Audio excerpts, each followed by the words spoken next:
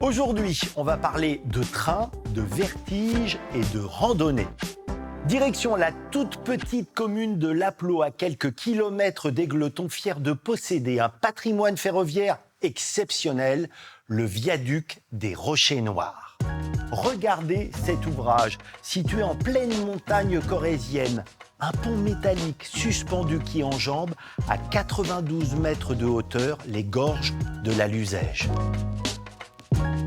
On le doit à un ingénieur français, Albert Gisclard, qui dépose en 1900 un brevet de pont suspendu à câble.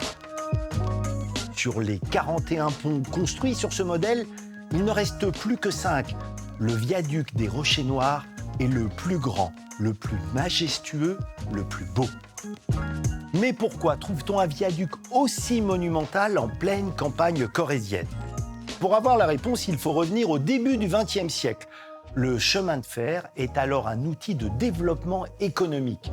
Après les grandes lignes, place au réseau secondaire. La ligne Thules-Ussel est alors construite. Pour franchir les gorges, on décide de bâtir ce viaduc qui sera inauguré le 11 septembre 1913 par le président de la République française lui-même, Raymond Poincaré. Le transcorrézien, surnommé affectueusement le TACO, transportait passagers et marchandises à la vitesse de 15 km/h. La ligne est fermée en 1959. Le pont est laissé à l'abandon et pour des raisons de sécurité, il est totalement fermé aux piétons en 2005.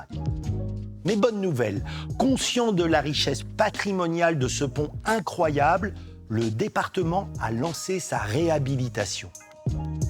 Depuis peu, les randonneurs peuvent à nouveau emprunter le viaduc des Rochers Noirs, la promesse de balades vertigineuses.